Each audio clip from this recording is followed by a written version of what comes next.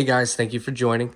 In this video, I'm going to show you how to properly run electrical from one outlet to a new outlet so that you can mount your TV to the wall without having to see any wires and all the wires are running through the wall. Now, before I begin, I just want to say that I am not a licensed electrician. So I'm sure there's other ways you can do this. I'm sure there's easier ways, and I'm sure electricians will have a lot to say about this, but this, in my opinion, is the easiest way that works for me, which might not work for you, but in retrospect, it gets the job done. Now, these are the tools you're going to need to get it done. You're going to need some 14-2 wire to run it, some old gang electrical box, a pencil, keyhole saw, impact drill, snippers, a new outlet, tape measure, and you don't have to use this, but we call this a sniffer, just so you can identify when the electrical's been shut off. So I'm back in the main room where I shut the power off. Basically, what I'm going to be doing is I'm going to be running electrical from this box here, running it up maybe 2-3 feet up, so I can use the power off this outlet to fuel this outlet. If you know anything about residential construction, you'll know that each stud is going to be 16 inches apart, and they usually mount the gang boxes on the left side. So ideally, what I'm looking at is there's going to be a stud right here, and they mounted this box to it.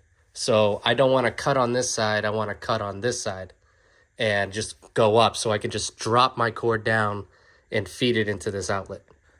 Next step you want to do is take the outlet cover off, then take the screws that go into the box out, and you can actually pull the whole receptacle out.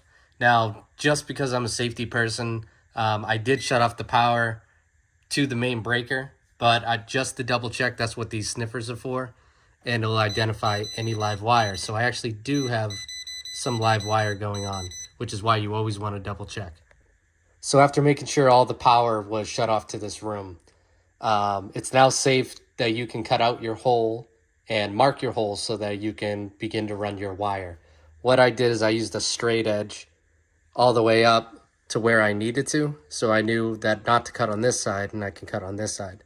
What you do is you want to mark your box. I like to cut out perfect holes. So what you would do is flip this over and basically make an outline all the way around the box with your pencil. So after close examination, when I said earlier that they usually mount the boxes to the left of the stud, this one was actually mounted to the right of the stud. So as you can see, my hole is a little bit bigger, which is fine. It can get covered by a jumbo box cover. The next step is to run the wire up to my new outlet. So what you want to do is take your 14-2 wire, and there is a little hole where all the electrical is running up. You want to run it up through the hole, up the wall, up to your new box. Okay, next step to do once you've run your 14-2 wire, which in my opinion is the hardest part of this whole process, is to use your gang box.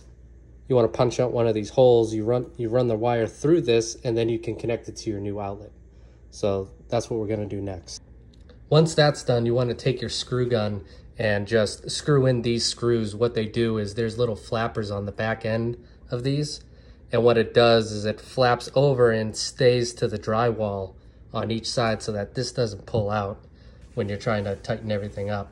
And then you want to use your strippers to, I want to say about 1 inch off both the black and the white wire, so you have enough room that you can wrap your outlet. Next step I'm going to do is show you how to properly wire your new outlet. So this is how I wire my receptacle. If I'm using a new outlet, I always use the tops first. So if I have to retrace my wire, I know exactly what it's going to. So always your white is going to attach to your silver screws, and then you screw that in. Your ground wire, which has no color to it, is going to go to your green screw, which is your ground, and your black is going to go to your gold screw. This is how you wire always. And then what you're going to do is you're going to put this screw in this hole, make sure that this is completely secure, and then do the same thing to this receptacle, matching the white with the silver and the black with the gold. So the very last step is to go back to your breaker panel, turn those breakers on that you turned off so that you could run the wire and test out that it actually works. I don't have a test kit with me, so what I'm going to do is I'm going to plug in a vacuum, because considering I'm going to have to vacuum anyways, might as well see if it works. So I'm going to go ahead and plug in this vacuum here, make sure that I have main power. I do, so that means that this new outlet should work. So I'm going to plug that back in,